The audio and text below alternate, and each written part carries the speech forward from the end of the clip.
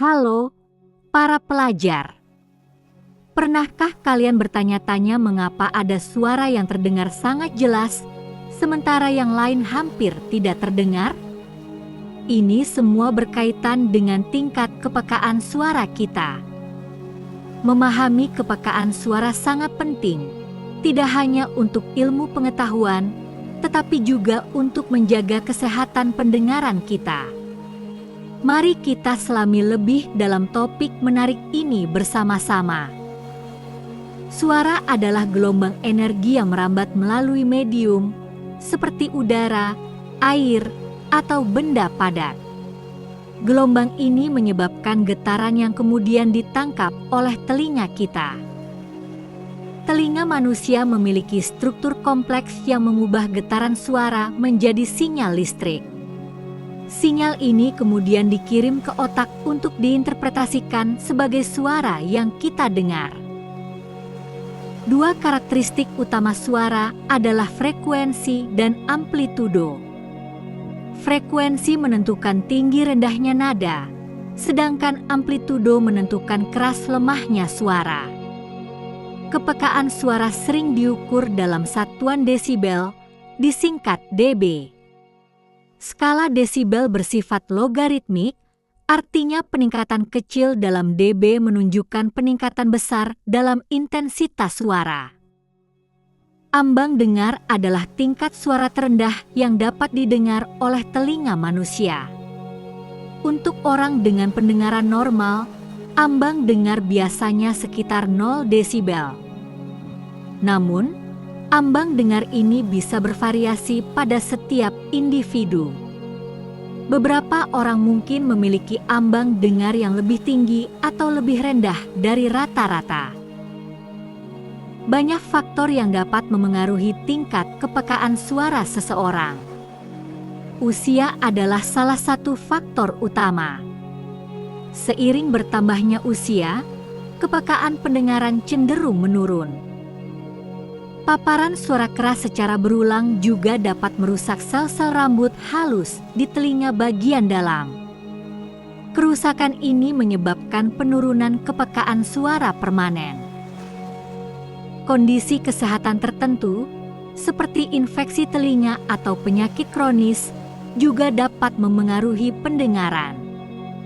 Genetika juga berperan dalam menentukan kepekaan suara bawaan. Manusia umumnya dapat mendengar suara dalam rentang frekuensi sekitar 20 Hz hingga 20.000 Hz. Frekuensi di bawah 20 Hz disebut infrasonik dan di atas 20.000 Hz disebut ultrasonik. Kepekaan kita terhadap frekuensi berbeda tidaklah sama. Kita paling peka terhadap suara dalam rentang frekuensi percakapan manusia, yaitu sekitar 1000 hingga 4000 Hz.